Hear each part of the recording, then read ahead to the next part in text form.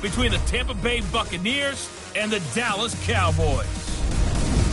With that, let's get on over to AT&T Stadium in Arlington for the call from Jerry World. Here are Brandon Godden and Charles Davis. Coach, EA Sports coverage of the NFL brings us to the Lone Star State and the very mammoth AT&T Stadium in Arlington, Texas. A moment ago, here was the scene with the Cowboys emerging from their tunnel. It was loud. It's still loud. We're ready for football as the Cowboys get set to match up with Jameis Winston and the Tampa Bay Buccaneers. Hello again, everyone. I'm Brandon Godden, joined as always by Charles Davis. And Charles, you take a look at this Cowboy team entering play. They've been cooking these last couple months, winners of 7 of their last 8 games. And if you extrapolate that out to a full season, they'd be 14-2. And anyone in the NFL today would sign up for that. On the other side of the field for the visiting Bucs, it's late in the year. We all know it. We've seen the calendar for these guys. Their bodies could probably use a break, but they have to push on. And they're really not as worried about that as maybe we think. They know they've got the entire offseason to rest. All they care about is the game in front of them and finishing strong. Now a play fake here on first down. Oh, did he hang on to it? He did on the dive. Nice grab. And he's able to take this one up to the 35-yard line. Give him 9 there on the first down completion. One thing we do know, he's going to get his catches. So as they move forward defensively, got to continue to focus on not giving up the big play when he does catch the ball in the secondary. 2 yards on the pickup there, but it's enough to give him a new set of downs. 2nd and 1, and people want to run the football. This is where every back in the league is supposed to do exactly what we just saw there. Pick up the first down. Running game working. They'll stick with it on first down. And he was able to shed the tackle, but the reserves come in for the stop. Sean Lee, the Pro Bowler, there for the tackle.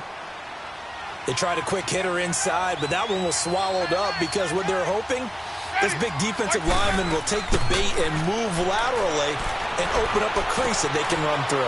Didn't happen on that play. Throw right side, taken in by Godwin. The reception good for 7. It's 3rd down. They've got good playmakers on the offensive side of the ball. I don't know what happened last week to really hurt their performance and hold down their production, but I would dare say that this week in practice, there's a lot of talk about how they're going to increase their proficiency. And that was a good start, getting the playmakers involved. You mentioned that to me pregame. That's what they did there. Yeah, I think a lot of people think the coaching staff really gets on them, and that's how they motivate them. Most of these guys are self-motivated. They have a lot of pride in their performance. Right back to him on first down. Room to run inside the 40. And the cut. There he goes, right side. Touchdown, Tampa Bay. Peyton Barber with touchdown number 8 on the year. And the Bucs have taken a first-quarter lead. You talk about explosion plays. Here's one pretty much right out of the gate. And now they get to ride a wave of emotion, momentum, everything, just as you described, right out of the gate. Big sprint, touchdown. They're excited. But on the other side, they've got to guard against a major letdown because they hit them right in the gut with that one. And now you start to question yourself a little bit when you give up the touchdown on the opening drive. And in hindsight, probably should have stayed where he was, as he'll only get back to the 16-yard line. So here are the Cowboys now ready to go on offense for the first time. And a glance at the tall signal caller, standing 6'6". And this could be a whole lot of fun because if his game plan goes into effect early, we're going to see some shots downfield, aren't we? What did he talk to us about? Stretching the field. Wants to open things up for not just his receivers, but for anything underneath. Well, that was the theme, the front page of the sports section. What did the columnist write? Possible air raid. So we'll see. Yeah, it's going to be interesting to see how the coaches view that, right? Who gave away the game plan? I think it's pretty obvious, though. That'll help them win. Well, he strung it out as far as he could, and I like the fact that he kept his eyes downfield, but he finally ran out of time and room. But I'll take that over forcing it downfield and possibly having it intercepted. On a crossing route, he hits his man, Amari Cooper. And way up past the 35 before he's taken down. And a nice gain of 21 yards. So there on that play, offensively, they ran the crossing route. Defense was in zone coverage, so as a former DB, How tough is it to defend that? It's really difficult because your natural inclination is to chase the receiver and maybe leave your zone. So you have to have discipline in order to talk to your other coverage guys and let him know that that receiver's crossing from your zone to the next zone. He's coming your way. Make sure you have him. And then when the ball is actually thrown, secure the tackle. When they're moving on crossing routes, if you miss a tackle, it usually results in a big play. Off the play fake, he'll look to throw. And he can't get rid of it. He's taken down. Lavonte David coming with pressure. He drops him on the blitz for a loss of 12. Man, he got in there so quickly, Charles. What could the offense have done to adjust and account for that? But what you're hoping is that you figure out and you see and get a clue that maybe there's going to be some pressure coming at you. And you change the blocking schemes. Maybe you go to max protection. The biggest one is maybe you bring your running back in to try and keep you clean. But in that case, that didn't happen. Zero accountability, and a sack resulted. Similar to a slant, it's all about timing when you're throwing a crossing route. Quarterback and receiver have to be in sync, and when they put it on them just right and catch it full speed, running through a defense can often result in a big pickup of yardage. A first down carry by Elliott, and he stopped immediately there. Call it no gain on the play, and it'll be second down. The give is to Elliott. And he's going to fight his way forward here for a modest gain.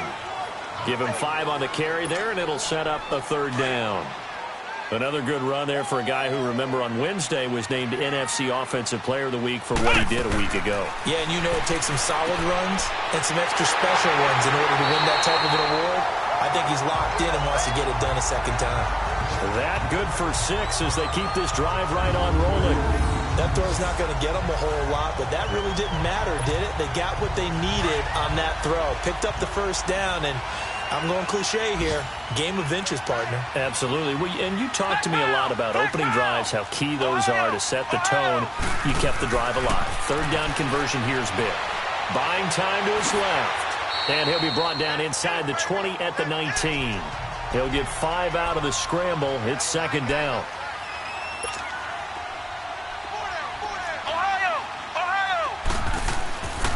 They'll look to throw. And this is caught. It's Cooper.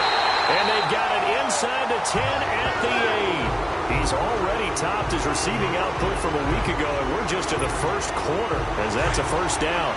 I don't think it's a surprise they're throwing the football early. We expected that. They told us they were going to come out firing, but 4 for 4 on the opening drive. They like that. They don't just like it. They love it because now everyone gets locked in. Your confidence jumps up. Everyone's easy about what they're doing out there. And by the way, they're looking at the sideline thinking to themselves and expressing, let's keep throwing it. We're doing pretty well. And they'll come up looking to keep this drive moving. Another shot from the 1 on 2nd and goal. Let's go. What? None. They get it to him running left. And he pushes forward but comes up short of the goal line as he'll get a yard down to about the 1. They'll look to make it 3 for 3 on third down conversions. They need a yard here. He'll drop to throw. And that is caught. Touchdown, Cowboys. Randall Cobb with touchdown number 7 on the year. And the Cowboys are an extra point away from tying the football game. The point after is good, and we are tied at 7.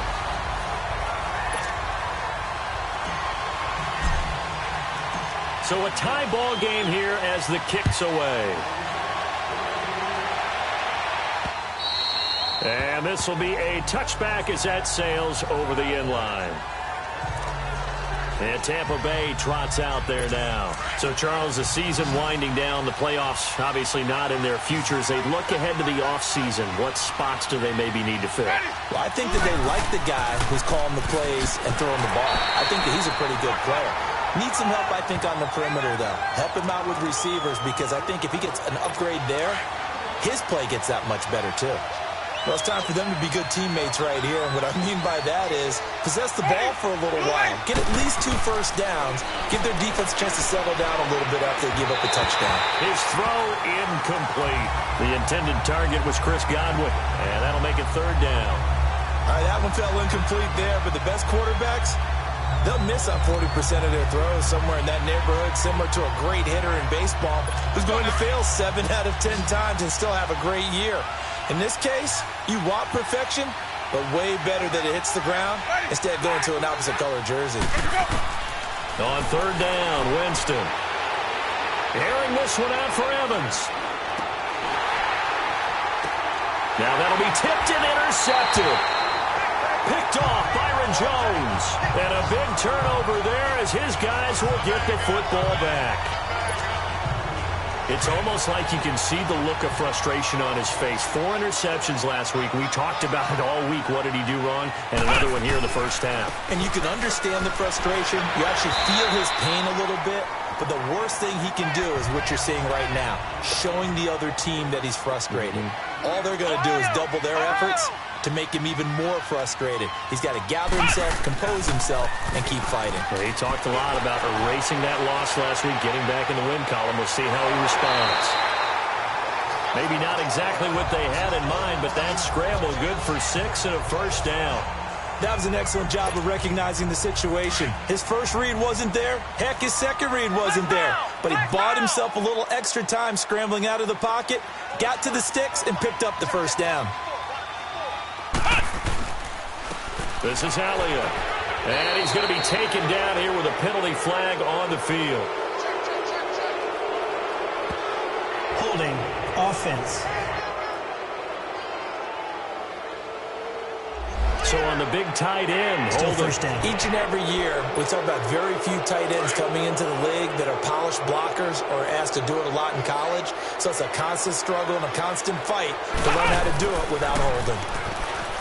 Looking to throw, sliding out of the pocket.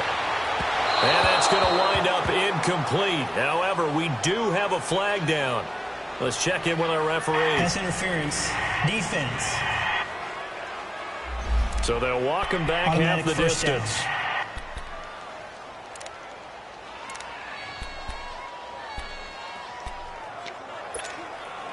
From the 34 now, here's 1st and 10.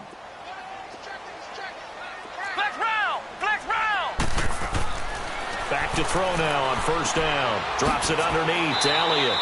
And he'll get it out near the 40 to the 39. Call it a gain of 5. And it's a 2nd down. Of course, he's coming off that NFC Offensive Player of the Week performance. 2 scores in that game a week ago. And how did he get them? Speed is one thing, but how about the niftiness in his route running, able to cross people up in the secondary and make sure that they can't quite get to him before the ball arrives. He's something after the catch as well. Personal foul, face mask, defense. Well, we looked at each other right away. We knew that flag was coming out.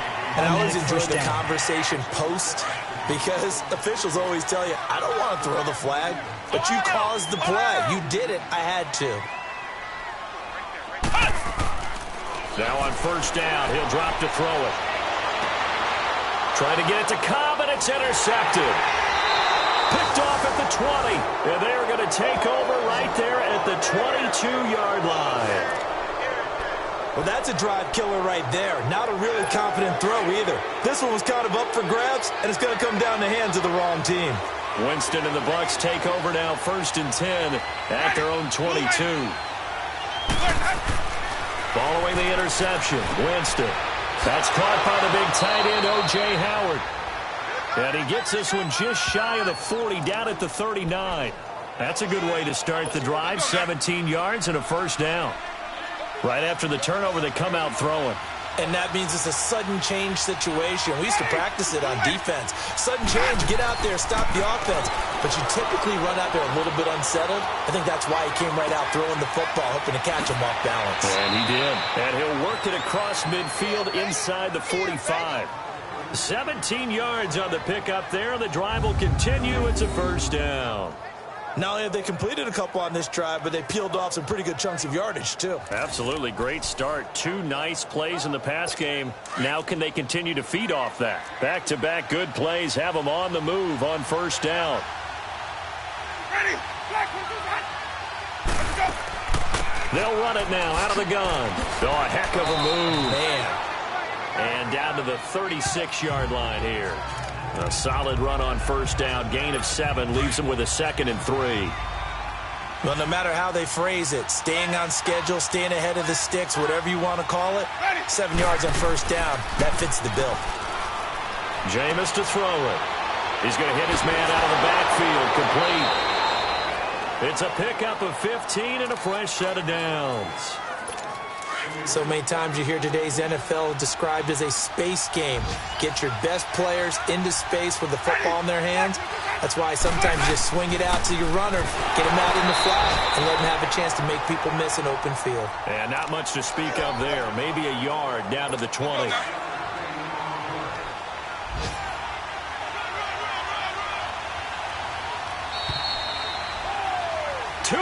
To play in a tightly contested first half. We're back to Arlington right after this timeout. A reminder, once we hit halftime, as we do all season, we'll send it down to Jonathan Coachman in Orlando. He'll have all the stats and scores from games in progress around the NFL. The best multitasker in the business, the coach. And able to get this down inside the 15 to either the 13 or 14 before he's out of bounds.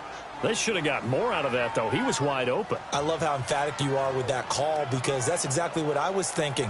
Wide open in the flat. Give him a ball that he can use to get upfield with, not just catch and go over the sideline. They cost themselves some yardage there. 3rd and short yardage. Winston. And he's got it. Caught in the end zone. Touchdown, Tampa Bay. Cameron Brate, his first touchdown on the year. Point after try forthcoming.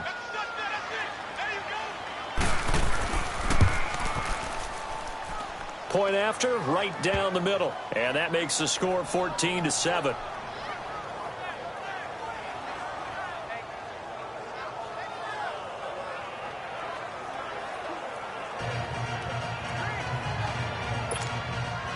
The kickoff unit is out on the field, and they will send this one away. This will be taken in at the 1.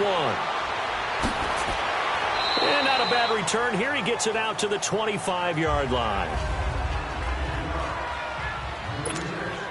And now Dallas gets set to take the field. And following the interception, just any interception, are you a little bit more cautious when you start that next drive, or no, you just throw that out the window? I think you are. I don't think that there's any way you can run back out there and go, totally didn't affect me. Let's just go ahead and be loose with the football again. You're going to take care of it, but you have to be careful about being too cautious, because now you can't run any offense at all. Still want to attack. We'll see how they attack him here. He'll look to throw, and nearly picked off there. Almost intercepted. Instead, 2nd down. Well, nearly another interception there. That would have been 2 drives in a row with a pick. He's got to start taking care of the ball way better than what we're seeing. Interestingly, that throw was probably worse than the one he threw the interception on last drive, but fell incomplete. Looking deep in the direction, and this will be caught at the 30. And he gets this down deep into Tampa Bay territory. A big play here for the Cowboys. 45 yards. We just saw him hit a big play there on a deep post. And most of the time, the post isn't available because usually you have defenders in the middle of the field. But if you throw enough curls and crossing routes and underneath routes, I know from experience, they get tired of watching those balls get caught. They start to creep up a little bit, and that's when you can hit them big over the top. Throwing on first down, but this one winds up to be incomplete. You get a tight end like this, and you know he's used to dishing out punishment, but here, he's one that has to absorb the contact, and as a result, unable to hold on to the football. His throw caught at the 5. And he'll take it into the end zone for a Cowboy touchdown. Ezekiel Elliott, his 14th touchdown now on the year. And the Cowboys are an extra point away from tying the football game. Extra point safely through. And that is going to tie our game as we approach halftime. The drive summary that time, 5 plays. And it's capped off with a Cowboys touchdown. And that'll carry over the back line of the end zone for a touchback. And Tampa Bay trots out there now. And, Charles, the way touchdowns have come so fast and furious for both sides of this thing, it's starting to feel a little bit more like maybe a tennis match at a football game. Yeah, I like your description there. Maybe we're sitting in a nice royal box watching this type of a game. But let's face it, right now, the way it's going back and forth, it's going to come down to who can get a stop. Oh, it's a screen pass. That's complete. And they get him down, but not before he takes it across the 40-yard line. Now the Bucs going to use the first of their timeouts as the clock stops here with 46 seconds remaining in the first half. Jameis now on first down. Fighting through pressure. But in the end, the pressure too great, and he goes down. Demarcus Lawrence in there to get him for sack number 9 now on the year. Coming up now on a 2nd and 15 following that sack. Final play of the half here, Winston. He rifles one that's intercepted. Picked off by Matthias Farley, and they will set up shop in enemy territory at the 42-yard line. So we are at halftime here on Christmas Eve. And ready to get the party started for the second half. It was an even first half, all tied on the scoreboard. This is taken at his 4. And he breaks it all the way out to the 38-yard line. Great return. An update from that game going on in the Meadowlands. And that one all Packers right now. They've scored again. That'll be a game to monitor as we go along. Amari Cooper and the rest of the offense heading back out there now. And I know that they've double-teamed him a couple times, but not a ton. Whatever they're doing isn't working. He's up over 100 yards. We'll see how they adjust. And when they do that, they weaken their defense in other places as well. And how many times have we done games where we've seen a guy have a big game like this, but it's usually not by himself, is it? Right. Usually it opens it up for other people to have big games as well. And he's going to bowl his way forward to the 48.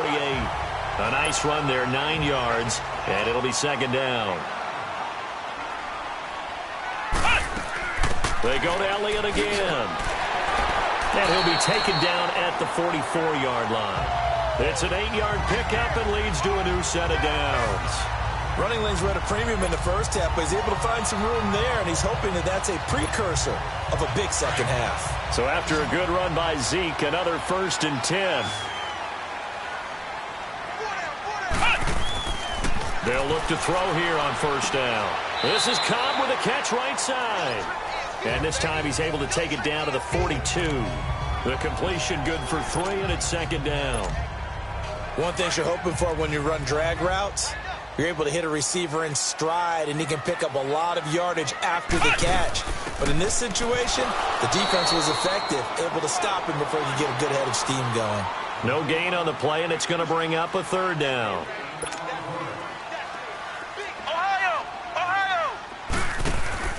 Here's a play fake as they set up to throw.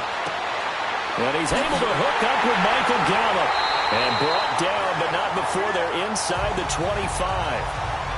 He goes for 18 there as the drive will continue. And just a small glimpse there as to why they like this rookie so much. And that's why they lit up a little bit in our meetings with the coaching staff, didn't they? When we talked about him, they did. Yeah, you know, they like his work ethic. You know, this guy's running every route well in the route tree and getting better at it all the time, really honing his game. They expect a pretty good jump out of him as things continue to move on. And now a throw on first down there, but it's incomplete.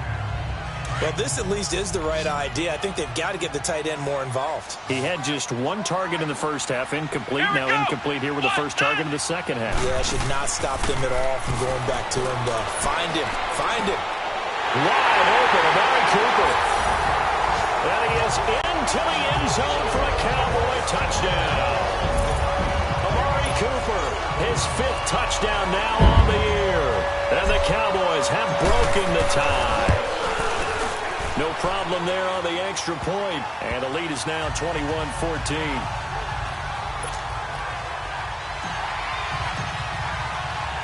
The kickoff team on the field now as they will send this one away. And this will not be returnable. It's out of the back of the end zone for a touchback. Here comes the Buccaneers offense. They get their first reps of the second half. They're down in this game. A chance for the offense, though, to put something on the board, get some momentum here in half two. Try and get things kick-started for them. And you know at the half, they discussed how they were going to get that done. This is where scripting comes into play a lot of the time. How many plays do you script coming out of the second half? Most of the time in the first half, you're scripting 12 to 16. I think in the second half, you're really scripting more like 8 to 10. Kind of a starter or an opener, whatever terminology they use. Just something to get you off to a quick start.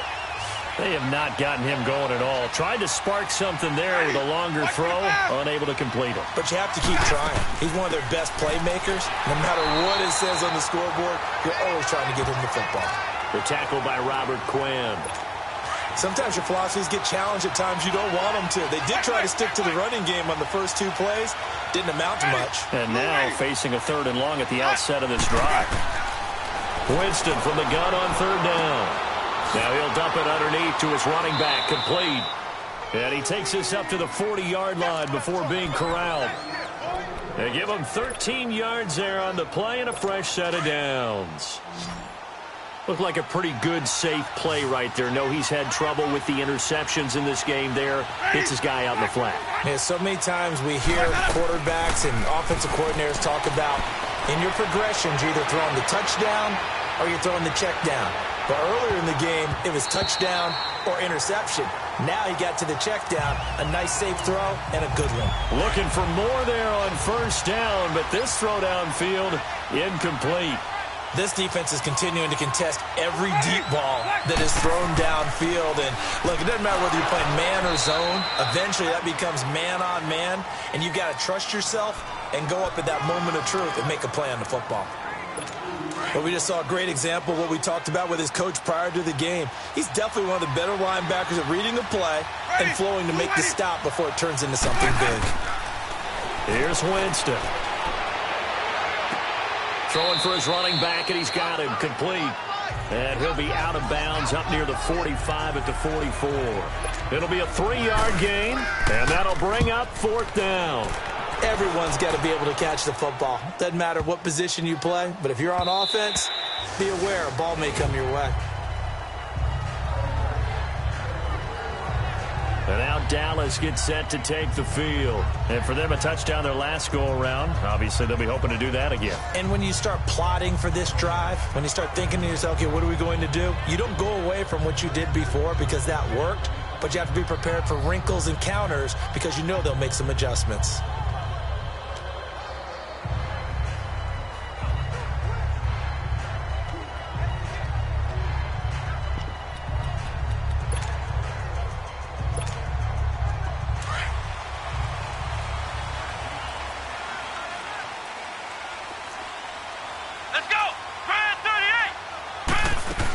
They'll try and get the running game going with Elliott. And he'll find some space up to about the 25. 5 yards on the carry. Good pickup on 1st down. Elliott. And he'll fight forward to about the 27-yard line. It'll be a pickup of a couple, and it leaves him with a 3rd and 3. They'll run it now out of the gun. And they'll bring him down after just a short pickup. Give him a couple on the run as it brings up a 4th down. Running with Elliott. Going absolutely nowhere. He'll wind up losing a yard or 2.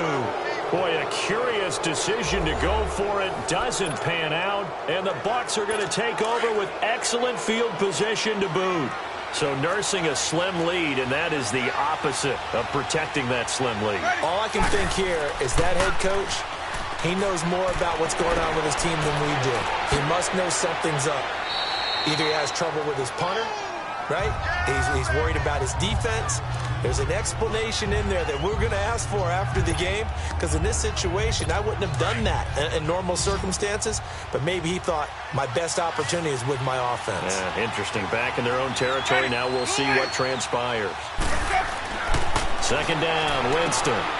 Throw right side, caught by O.J. Howard. And he'll go down here at the 12-yard line. It's a 7-yard gain there, and it's good enough to move the chains.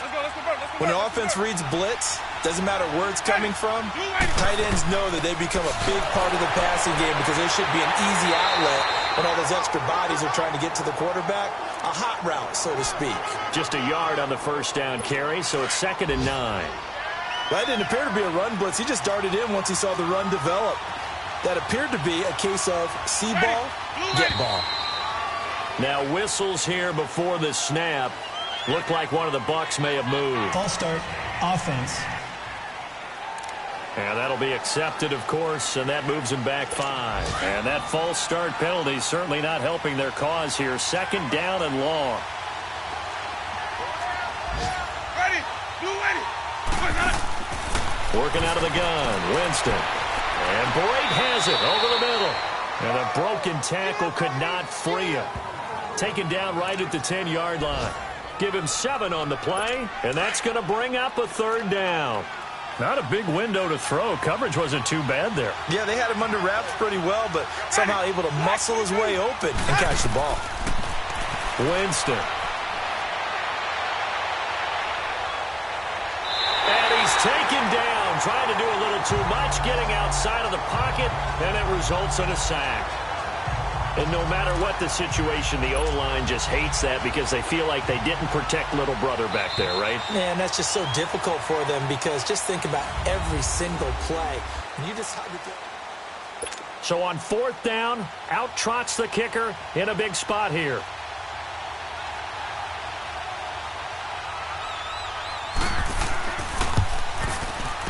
And his kick is right there. It's good. And the drive will wind up yielding 3.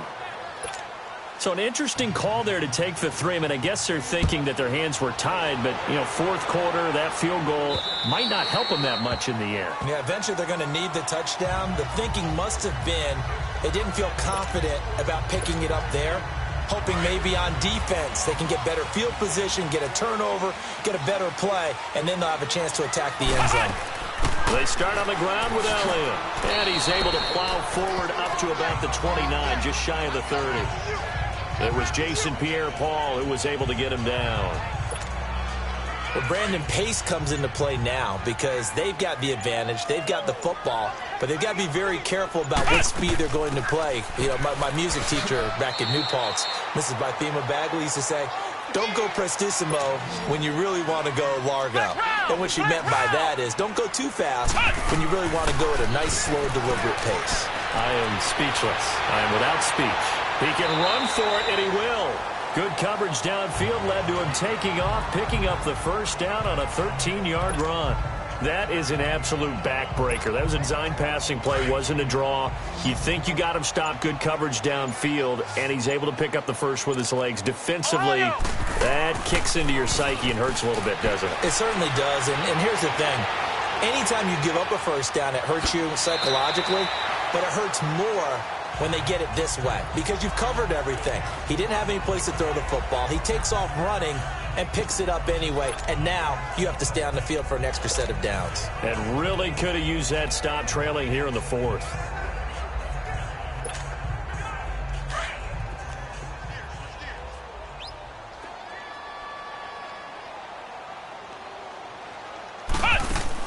They'll run it now out of the gun, and very little running room there. He did get a couple up to the 49. The Cowboys on 3rd down. They have been superb. 5 for 6 to this point. This will be 3rd and 6. Flex round! Flex round! Back to throw here. Dancing to his left. He may try and run for this. 5 yards that time out of the scramble. But now they're looking at a 4th down situation.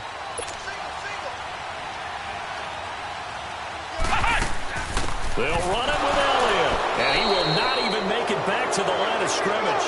Ezekiel Elliott not able to get it past the marker.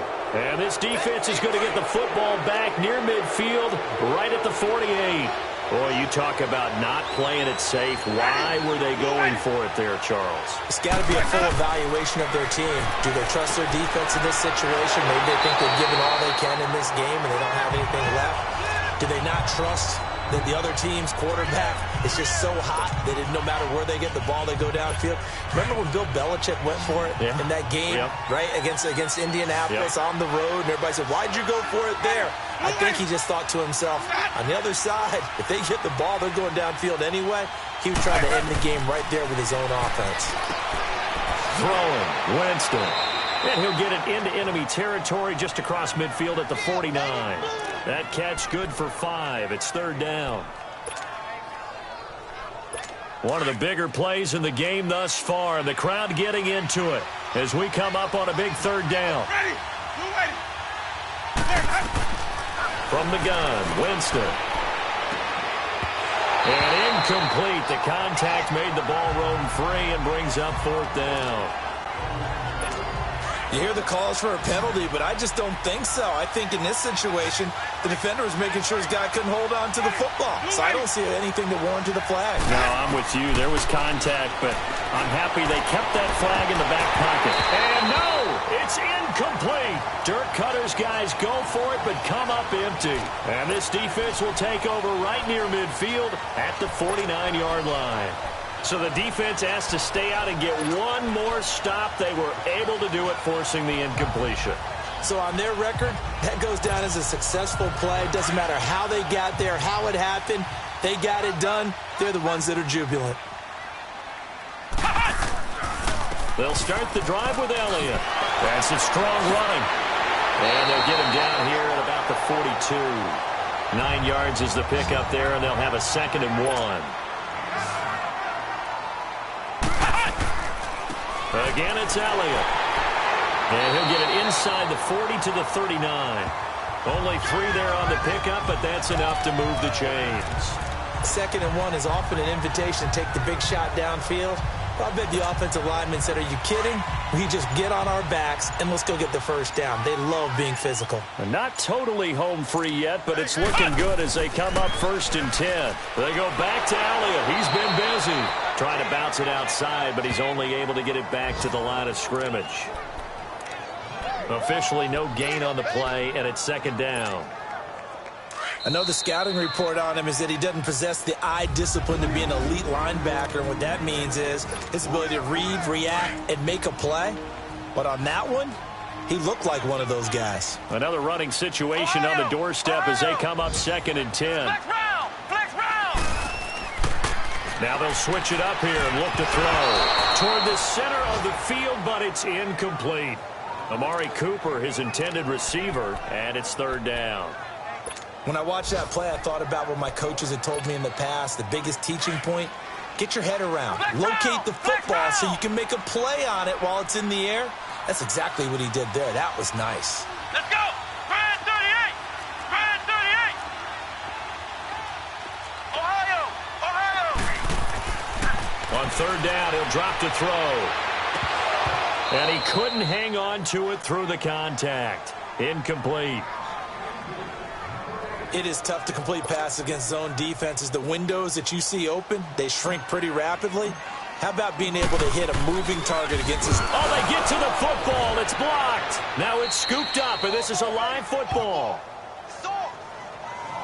Those really long field goals, when they are made, they are things of beauty. But there is a danger to getting them started, isn't there? Yeah, with that low drive, you've got to really keep it low to the ground, don't you, to get that distance. Yeah, hard to just pop it up in the air because otherwise it's not going to get there. So he's got to drive it low in order to have the distance, and that usually puts it in jeopardy, gives him a chance to block it, and everyone knows it on the other side. That's when you get your best jumpers on the other side of the field and try and get up and get it. Back to throw. And this one is incomplete. He was looking for Chris Godwin that time. And it's 3rd and short. So he's unable to complete it there, and just not the game that you would expect from him. He's been off the mark really start to finish. Yeah, it makes you wonder what exactly is going on. Is he a little bit dinged up here? Or is he just off just by a bit? Maybe he can get it back in this situation. He'll need to. And now the 3rd down throw incomplete as well. figuring they're going for it on fourth down. Remember, though, they do have all 3 timeouts, so even if they don't get it, all is not lost. Yeah, normally in this situation, when you're talking about having to go for it, everything is in this play. But as you noted, with those 3 timeouts, they actually have a little bit of a safety net. That's to his running back, complete. They keep the game alive, at least for the moment, as it's a first down. That's what they need right now. Get the first down, get out of bounds, stop the clock. Just playing smart football, understanding the situation, making the plays necessary, and making sure that clock stops at every opportunity. They'll run it now out of the gun. Oh, no, he lost the football. And the Cowboys have recovered. Well, that simply is a missed opportunity. They're in position. If they take the ball downfield and score, they got a chance to win the game. Instead, they cough it up. I don't think next week at practice is going to be a whole lot of fun for him. On the other side, no bigger time to force a turnover when you've got that small lead. Yeah, and when you look at it from the offense's perspective, taking care of the ball is so important. I know they're going to have all kind of ball security drills in practice all next week.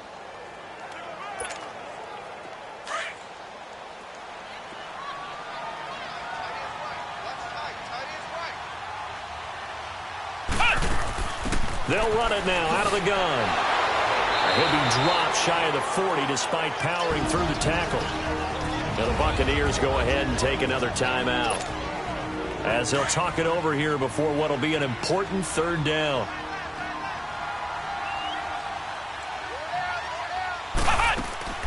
They'll run it now out of the gun. And he brings this up to the 46. Good enough for the first. And now we're going to get a timeout here called by the defense, as the clock will stop with 1:06 left to go in the game. And not totally home free yet, but it's looking good as they come up 1st and 10. They'll run it now out of the gun. So he got free of one tackle but couldn't do a whole lot else. Tackle made by Justin Evans. Charles, why didn't they just take the knee there? You're asking the question that I'm asking as well, because we've seen a lot of football where coaches decide maybe they get a little greedy. I don't know if they're doing it for stats or for what reason. We've seen it happen in college, and how about in the NFL? The miracle at the Meadowlands. All they had to do was take a knee, and the game was over. The Giants ran it one more time. Ball popped free. Philadelphia picks it up and wins the game. What year was that? 1978. I think it was in November. I guess the simple question, why not just take a knee there? I don't understand either why you would take any sort of a chance. We've seen it happen in the game of football. Doesn't matter whether you've watched high school, college, or the NFL. Some people get a little greedy, try to get that extra running play in, and it can backfire on them. And, Charles, I think when the schedule comes out, all teams, no matter where they're predicted to finish, talk about protecting your home turf. They were able to do that here in this one. Similar to a tennis match, right? Not letting them break your serve. That way you hold on to it. They got it done, and they feel very good about that victory. So for Dallas, it's a big win here as they move to 11-4 now on the year. And they will hit the road next week to take on the New York Giants. Meanwhile, for Tampa Bay, they lose their 9th game on the year. And they'll be at home for one next week as the Atlanta Falcons come to town. So that'll do it. For my partner, Charles Davis, and the best darn crew in the industry, I'm Brandon Gaudin. This has been a presentation of the NFL on EA Sports.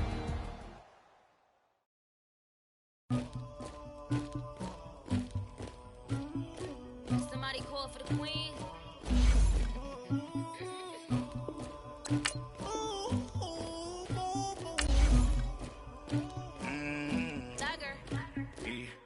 I never killed anybody, but I got something to do with that.